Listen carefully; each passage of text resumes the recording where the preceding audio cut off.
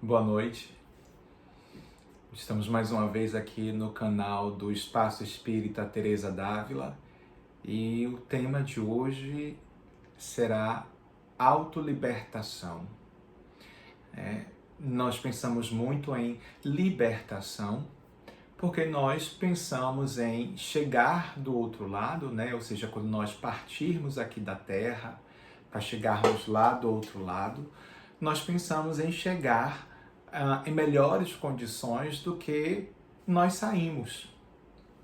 Nós pensamos, se não queremos, nós desejamos pelo menos não permanecermos no umbral por muito tempo, né? E nós gostaríamos, se possível, de ir para uma estação, para um local que fosse agradável e que nos fosse tranquilo.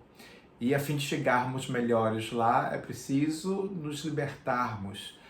E nós pensamos primeiramente nos libertarmos do karma, para que eu possa chegar lá em melhores condições e, portanto, me libertar daquilo que eu fiz de errado, daquilo que pode me gerar karma portanto, me impedir de conseguir esse objetivo.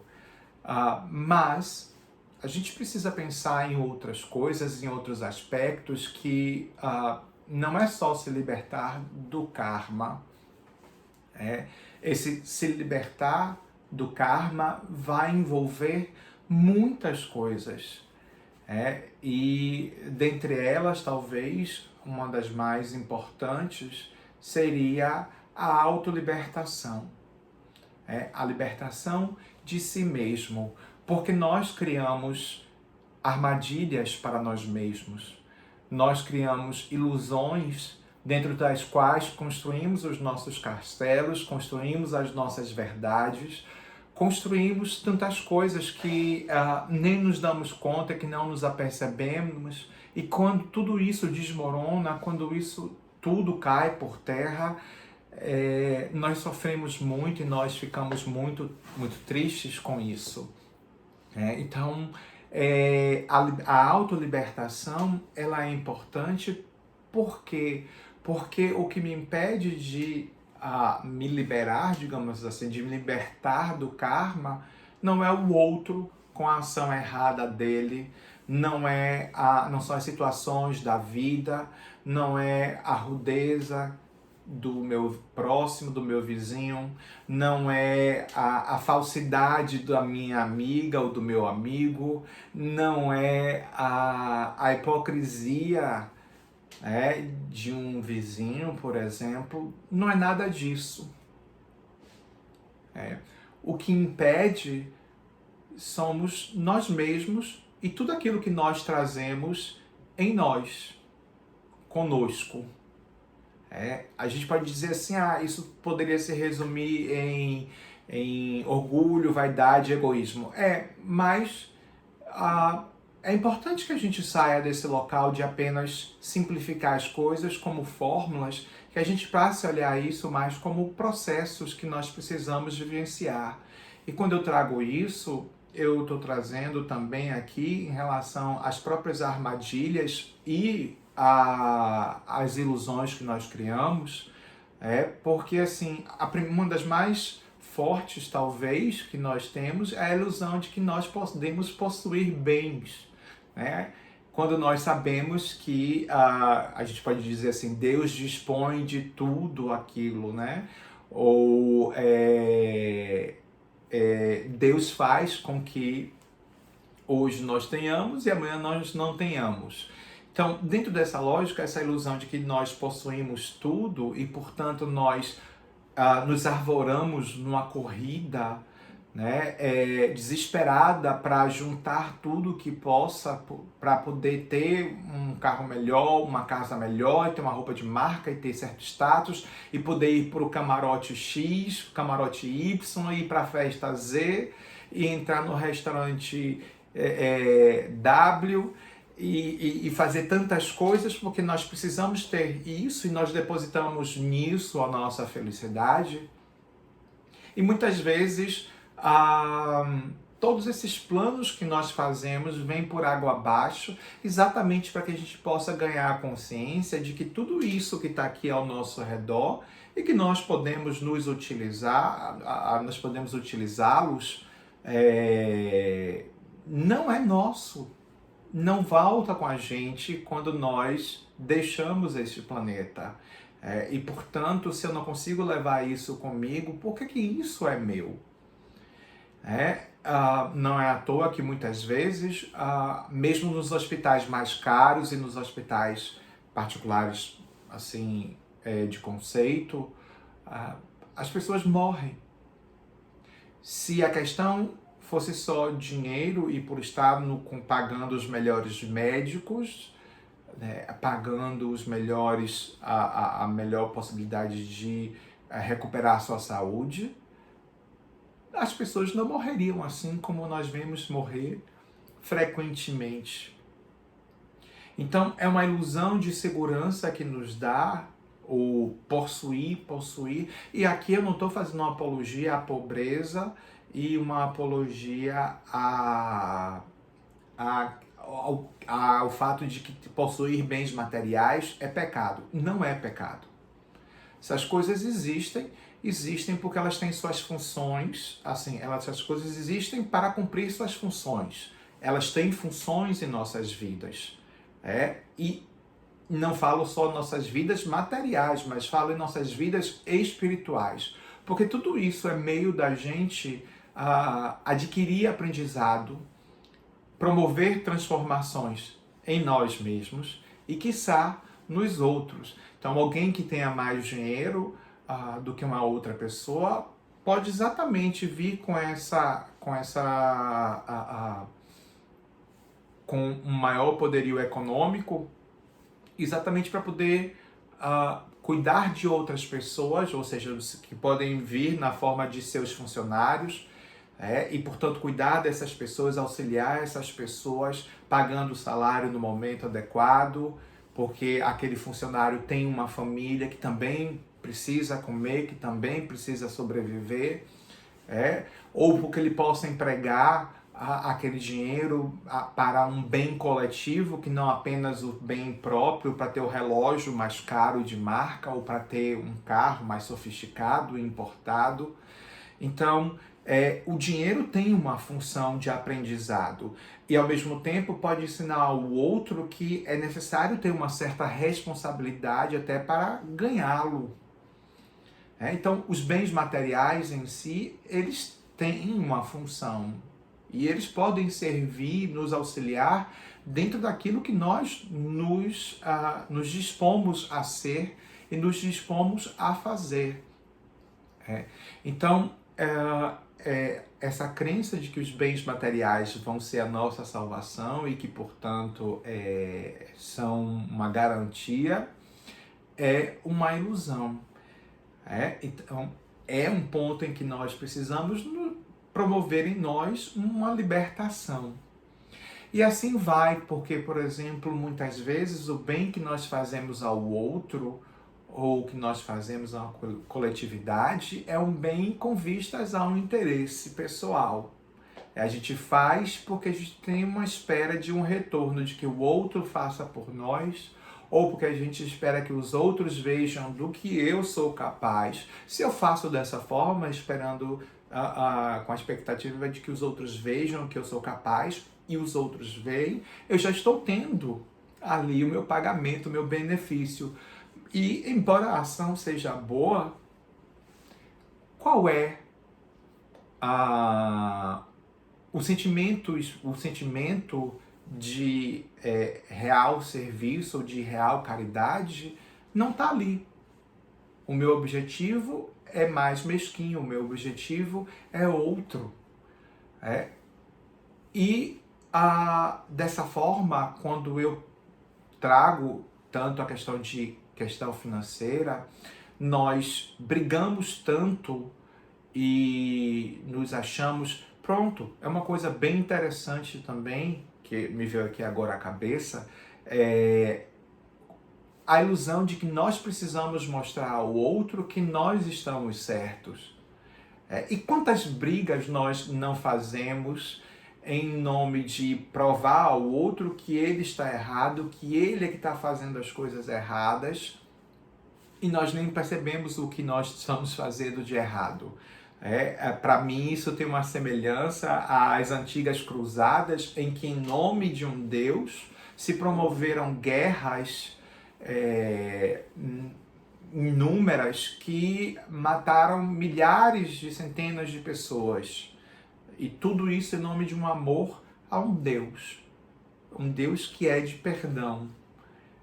Então, nós saímos guerreando vida afora, criando inimigos, criando adversários, né? Ou encontrando e transformando o outro em adversário. Se o outro estiver errado, a gente pode simplesmente respeitar e silenciar. A gente não tem que mostrar ao outro que ele está errado, porque quem somos nós? Se nós não erramos nesse aspecto, o que é difícil, a gente não cometer erros no mesmo aspecto, nós cometemos em outros aspectos, em outras dimensões de nossa vida. Portanto, nós estamos no mesmo patamar, com nada de diferença. Então, quem somos nós para pousarmos de juízes, de senhores do outro, de superiores em relação ao outro? Então, silenciar no sentido de respeitar o erro do outro e entender que ele vai, com as escolhas que ele está fazendo, ele vai ter que chegar a viver experiências que podem ser duras e que vão fazer com que ele algum dia compreenda que aquilo que ele estava fazendo era um erro. Mas isso não me dá o direito de chegar ao outro e dizer que ele está errado e que ele tem que fazer assim, que ele tem que fazer assado. Manda alguém fazer, eu vou te tirar aqui por mim, manda alguém dizer para mim aí dessa forma, para ver se eu vou mudar e me transformar. A gente não faz isso. A gente fecha a cara, a gente se irrita, acha o outro grosseiro, acha o outro mal educado e fica ofendido e se sente injustiçado. Então, é outro aspecto que nós precisamos observar, digamos assim, desses aspectos que eu estou começando aqui a elencar sobre um processo de autolibertação, que precisa ser feito. E aí, trazendo isso, eu me lembro também do melindre, como nós nos melindramos com o erro do outro, ou talvez com a ignorância do outro, ou com o suposto mal que o outro nos faz. E assim, a gente carrega muitas vezes a raiva pelo que o outro fez, o rancor, a dor, a tristeza por causa disso. E como é que a gente quer chegar lá na erraticidade? Como é que nós queremos sermos felizes no sentido espiritual da palavra, ou nós queremos ter paz, a partir de uma perspectiva espiritual, se nós não conseguimos promover esse desapego dessas coisas que nós consideramos tão importantes, porque se o outro faz algo para mim, eu me sinto vilipendiado e eu tenho uma honra e uma obrigação de devolver aquilo que ele me fez. Então, como é que eu, pensando dessa forma, agindo dessa forma, sentindo dessa forma, vou querer criar expectativa, vou esperar que eu chegue do outro lado em melhores condições? Porque a gente não modifica, a gente não é uma outra pessoa após desencarnar, após deixar o corpo. Nós somos exatamente aquilo que nós éramos minutos antes de desencarnar. E tudo aquilo que nós fizemos, que nós praticamos, que nós sentimos e pensamos durante toda a nossa vida vai conosco. Essa é a bagagem que nós levamos conosco. Então, para que essa bagagem seja leve, ou seja, digamos assim, entre aspas, ouro, é preciso que eu cultive o ouro dentro de mim. Então, se eu me melindro, se eu me sinto tão ofendido assim pelo outro, eu estou me tornando tão pesado. Eu estou criando grilhões para a minha pessoa, no sentido de devolver ao outro por causa de uma honra. que honra. Existem coisas que a gente briga e que passado 2 dias a gente nem lembra, ou o outro nem lembra, ou o mundo nem lembra, porque às vezes a gente acha que aos olhos dos outros, se nós não fizermos aquilo, ou seja, se nós não revidarmos o que alguém nos fez, os outros vão achar que nós somos tolos, que nós somos idiotas e que, portanto, nós não fomos capazes de ser superiores. Mas é esse tipo de superioridade que você quer? Então, talvez seja importante que você se pergunte, né? Porque aí você vai procurar uma outra forma, né? Mas não uma outra forma de conexão com o divino, porque o que o próprio Cristo pregou e deixou de exemplo, né? O que tantos outros exemplos que vieram antes e depois dele, que existiram, foi deixado para nós, é exatamente o oposto disso. É exatamente o contrário. Então,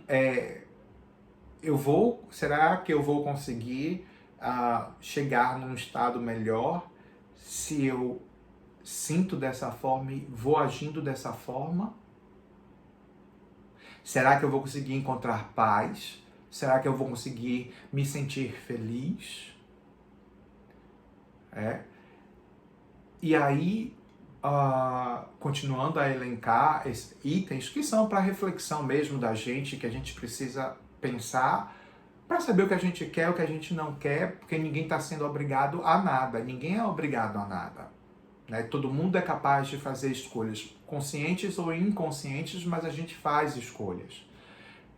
Então, assim, muitas vezes a gente espera do outro também, né? Mais uma armadilha, mais uma ilusão que a gente cria pra gente. Nós esperamos do outro que o outro goste do que nós gostamos, não goste do que nós não gostamos, né? Concorde e não discorde. Não é assim que a gente funciona quando nós achamos que, por exemplo, vou dar aqui 2 exemplozinhos, né? O primeiro exemplo é porque eu gosto de axé, eu acho que o outro deve gostar de axé e tem que gostar de axé. Não tem. Quem é esse outro para não gostar de axé? Nada contra axé, só trouxe aqui o exemplo, porque, por exemplo, porque quem gosta de rock ou quem gosta de música clássica não vai gostar de axé, geralmente, do que eu converso com os amigos. Então eu vou vendo que quem gosta de rock não gosta de axé, quem gosta de música clássica não gosta de axé, e geralmente quem gosta de axé não gosta de rock. Não é regra, assim, não é uma regra totalitária, tem exceção para tudo, né? E então, normalmente a gente acha que o outro vai gostar de axé, ou deve gostar de axé. E aí eu vou trazer para um aspecto mais sério, já que eu falei um pouco assim, dessa coisa tão bobinha e simples de axé, rock, música clássica, mas assim, às vezes, por exemplo, quando eu estou me sentindo triste ou me sentindo mal, eu acho que eu gosto de ouvir música animada. E eu acho que por eu gostar de ouvir música animada, o outro também tem que gostar de música animada tem que ouvir música animada quando estiver triste, para se animar. Mas o outro não percebe a vida, não sente o mundo como eu sinto. E, portanto, aquilo que me faz feliz, se eu gosto de ouvir música animada quando estou triste, pode ser a morte para o outro. Assim, eu estou exagerando, desculpa, é o meu modo de falar, mas é porque isso pode ser terrível. E eu conheço pessoas que são assim, que se estiverem tristes, eu sou uma delas, por sinal. Se eu estiver triste, não me dê uma música animada demais, porque aquilo entra em choque comigo. Aquilo vai ser difícil. E nós saímos assim, impondo ao outro a nossa vontade, as nossas crenças, os nossos desejos. E muitas vezes a gente não para nem para observar qual é o desejo do outro. Ou qual é a necessidade do outro? Né?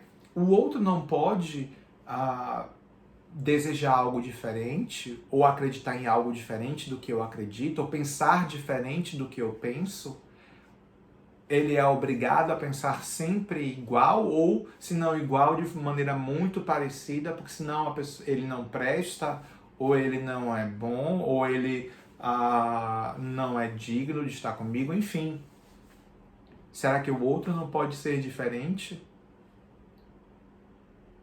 Então, são armadilhas que nós vamos colocando para nós mesmos e que, se nós não ficarmos atentos em nosso cotidiano, quando nós vamos nos relacionando, seja com amigos, seja com parentes, ou seja com a família, ou seja no trabalho, nos diversos ambientes que frequentamos, se nós não formos observando isso, a gente sai, numa maneira bem interessante de dizer, a gente sai metendo os pés pelas mãos e desfazendo com os pés o que a gente fez com as mãos. Tem esses dois ditados, né? Tem essas duas maneiras de falar.